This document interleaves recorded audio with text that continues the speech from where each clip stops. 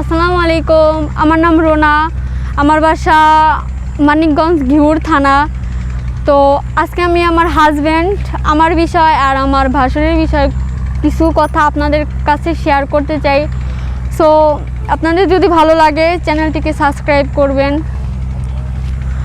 So আমার বিয়ে হয়েছে যখন নতুন মানে আমার হাজব্যান্ড জব করে, তো অনেকটাই দূরে থাকে, চট্টগ্রাম থাকে। সেও ওরকমভাবে আসতে পারে না, বছরে আর কি একাধবার আসা পেছে আর কি দেশে, মানে আমাদের বাসায়। তো অমনভাবে আর কি আমার সময় দিতে পারে না। তো যখন আমার 2-3 বছর হয়ে যায় বিয়ের, তো আমার ভালো লাগতো না, মানে বছরে 2-3 বার এমন করে আসতো বাসায়। তো আমার এগুলো ভালো লাগতো না। সো আমার অনেকটাই খারাপ লাগতো, মানে অনেকটাই খারাপ লাগতো। তো আমার বাসার সাইডে আমার ভাসুর থাকে। তো আমার ভাসুর আমাকে ফলো করতো, আমিও তারে ফলো করতাম।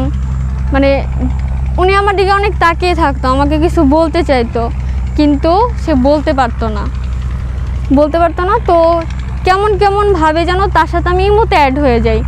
তো একদিন আমার এই মুহূর্তে সে নক দিল, দেওয়ার পর যাই হোক হাই হ্যালো কেমন আছো, যে অনেক কথাই হওয়ার পর সে আমার মানে 3-4 দিন কথা বলার পর তো সে একদিন আমাকে বলে যে ভাবি একটা কথা বলতে চাই। পরে আমি বললাম যে হ্যাঁ বলেন। পরে বলতেছে যে আপনারে তো আমার অনেক ভালো লাগে, কিন্তু আমি বলতে পারতাম না।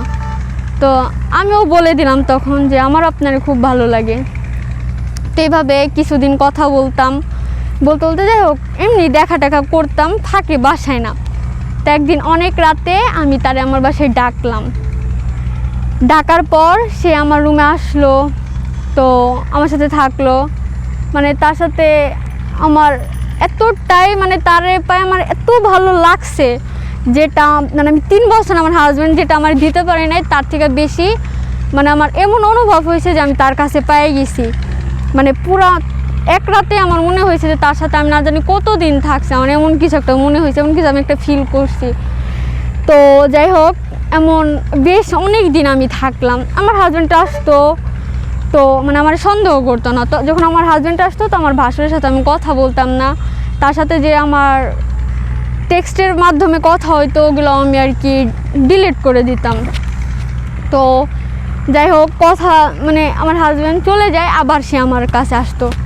তো একদিন আমার না বইলা আমার হাজব্যান্ড চলে আসার পর তো আমি তার জন্য রান্না করতেছি। তো আমার ভাসুরের সাথে যে কথাগুলো আর কি ইমোতে বলতাম, টেক্সটে যে বলতাম, তো ওই কথাগুলো আমার হাজব্যান্ড দেখে ফেলার পর তো আমারে বললো যে আমি রান্না করতে লাগছি। তো আমার বলতেছে রোনা তুমি আসো, তোমার সাথে আমার কিছু কথা আছে। তো আমি আসলাম, আসার পর বললাম যে কী হয়েছে, এভাবে ডাকতেছো কেন? পরে আমারে বলতেছে যে মানে আমার দেখাইলো এইগুলা কি। পরে আমি বলতেছি যে মানে আমি অনেক ভয় পেয়ে গেছি, যে যদি আমার কিছু করে, যদি মারা ফেলে, আমি অনেক ভয় পেয়ে গেছি।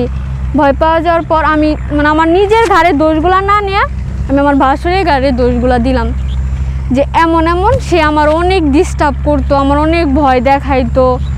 তো মানে আমি ওর চাপে পড়ে আমি সব সত্যি কথা বলে দিছি, যে আমার সাথে রাতও থাকতো আইসা। তো যাই হোক এমন একটা পরিস্থিতিতে আমরা 3 জন চলে আসছি। আমার সারা এলাকার মানুষজন, আমার আব্বু আম্মু, ওর ফ্যামিলির একটা বিচার বসার পর তো আমার ভাসুরে বলা হলো যে তোমার ভাবির সাথে এগুলো কেন করছো, সে তো তোমার ছোট বোনের মতন।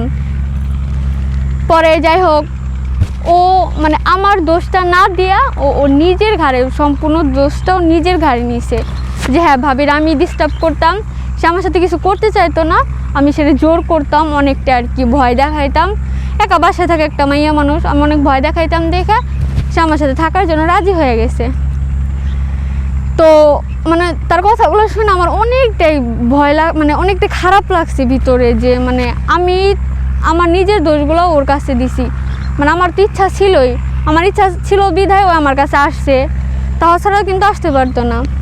তো যাই হোক এমন পরে আমি মানে সে আমার দিকে তাকাইতো না, তো সব কিছু ঠিক হয়ে যাওয়ার পর তো মানে আমি ভাবলাম যে তার সাথে আমার এই বিষয়, মানে আমার তার সাথে কিছু কথা বলার দরকার, তারা বোঝানোর দরকার।